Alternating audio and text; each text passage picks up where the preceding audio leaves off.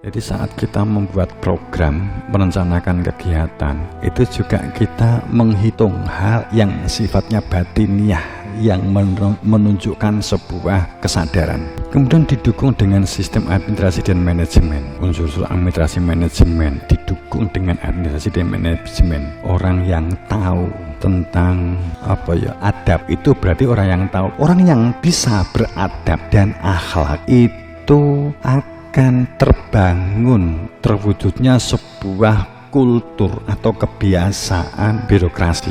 Akan tahu orang semakin nggak punya adab itu semakin sulit untuk diatur, diajak membangun sebuah sistem yang baik. Orang yang nggak punya adab itu menunjukkan tidak tahu sistem, tidak tahu sistem. Kalau di dalam komunitas kita ada 1, 2 apalagi banyak, ada orang yang tidak punya adab, tidak ada akhlak, yang menunjukkan dia itu tidak tahu sistem, dan diberi pembelajaran sistem akan lebih sulit. Kamu itu santri, umpamanya begitu.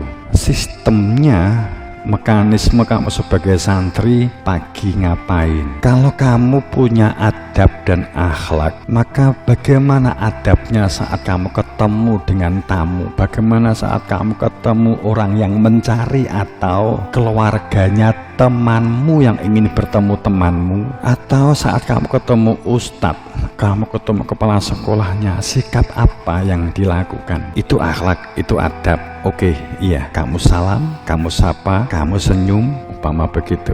Tidak suka, itu akhlak dan adab hilang. Kamu petuk kepala sekolahmu barang, mbok nggak sadar mungkin gitu, umpamanya begitu. Misuh apalagi, umpama gitu. Kemudian yang berkaitan dengan birokrasi, sehingga orang tidak perlu, udah rasional, orang tidak perlu belajar tentang struktur. Kepala sekolah, wakil kepala sekolah, ustadz, wali kelas, wali kamar, begitu, pendamping. Kalau kamu ingin membuat program dengan ada unsur anggaran, umpamanya kamu punya ide untuk membuat kaos di asrama 1 kamar, ide kamu menurut kamu bagus, kamu rembuk rileks ngeteh bareng di kantin, umpama santriwati kan umpamanya ngeteh, kemudian muncul akhirnya urunan.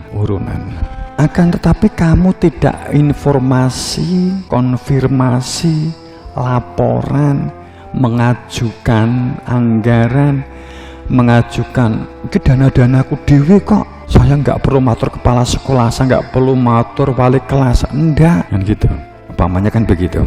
Sekilas apa yang kamu lakukan nggak salah, tapi kamu berada di dalam sebuah komunitas yang telah memiliki kultur organisasi struktur. Jika kamu tiba-tiba seperti itu, kamu bisa bayangkan jika semua institusi divisi itu punya cara berpikir seperti itu.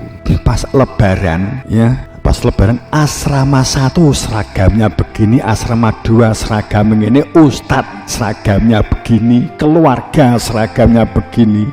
Ada 1 anak yang di asrama itu yang masuk kelompok kota yang sama, jadi kota Magelang atau kota Kediri, tuku seragam yuk. Delalah kowe juga di asrama Mawar seragam yuk gitu. Kowe di kelas 21 umpamanya seragam yuk, waktu wis 3 seragam. Terus kowe kelompok pertanian seragam lagi, bayar lagi. Kenapa yang dimaksud koordinasi itu diperlukan? Itu yang sesungguhnya kita belajar ada, belajar akhlak, tidak sekedar monggo mas, monggo pak, bukan sekedar monggo teng dapur jenengan gaglak, bukan sekedar itu.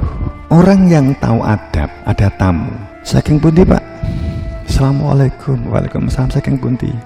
Aku kok tolong ageng, mencari sinten? Si Wulan. Oke, nggih, sampun panggih dereng nembe sudah tadi tapi belum ditemui. Apa yang kamu lakukan dalam pikiran kamu?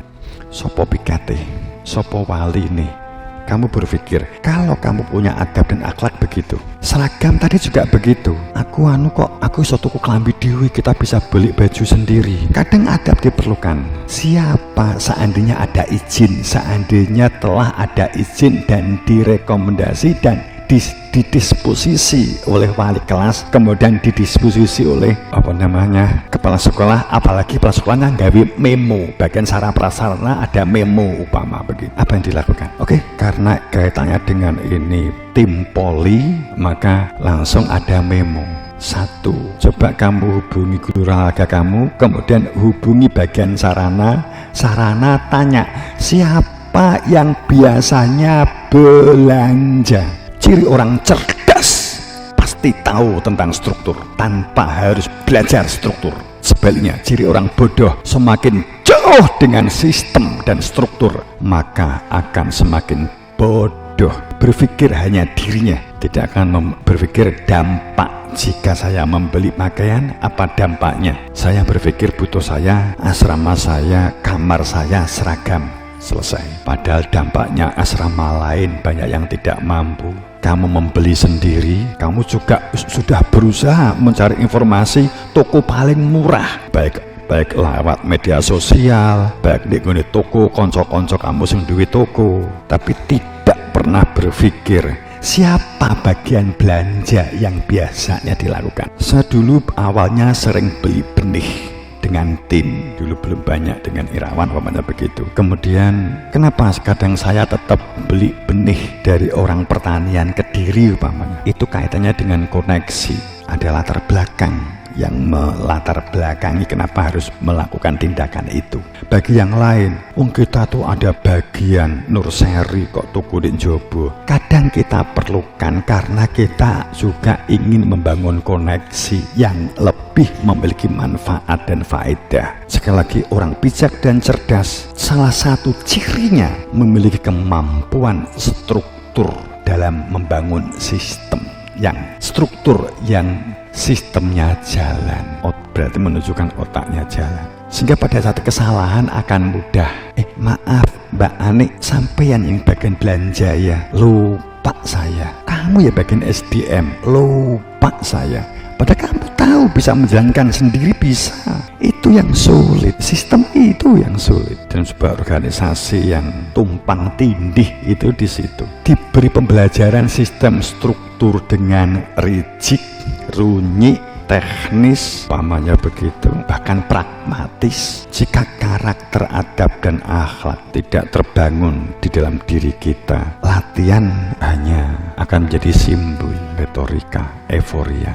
Tapi orang yang adab dan akhlaknya itu jalan, baik cara bertindakan, cara berbicara, cara sistem struktur, nggak gampang kena masalah. Dampak terkecilnya, kalau kamu bisa membeli sendiri, kamu bisa mencari SDM sendiri, tapi kamu berada di sini, tapi nggak konfirmasi di dalam suatu komunitas ini, apa yang terjadi? Kamu nggak berani ketemu orang yang biasanya belanja, takut kalau ditembak. Kowe tuku kok nggak ngomong aku, piro regane, apa meneh luwih larang. Kowe mesti aku sing tuku murah loh. Kenapa fungsi pengkaderan itu diperlukan? Itulah pemahaman sebuah kultur, struktur, hierarki itu tetap diperlukan, nggak bisa kita tinggalkan itu. Semrawut kita tinggalkan semrawut. Seharusnya untuk efisien. Faktanya kan kita itu dulu kan sering sekali kita sering memo mengarahkan ke sini itu sangat terlalu sering. Benturan rata-rata karena dari sana berangkatnya. Dekne iso, aku apa gak iso, kan gitu. Biasanya begitu.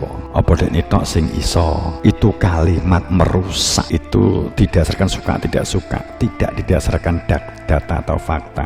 Kecuali kalau alasannya mungkin ada kesalahan, membohongi instansi umpamanya, beli sakmene dunane sakmene, akhirnya kamu beli sendiri. Ya ada latar belakang, bukan karena suka tidak suka, tapi karena ada cara-cara yang salah. Ini kita membangun kebiasaan ini kita perlukan dalam komunitas. Berangkatnya dari hal sepele ini, permasalahan-permasalahan itu.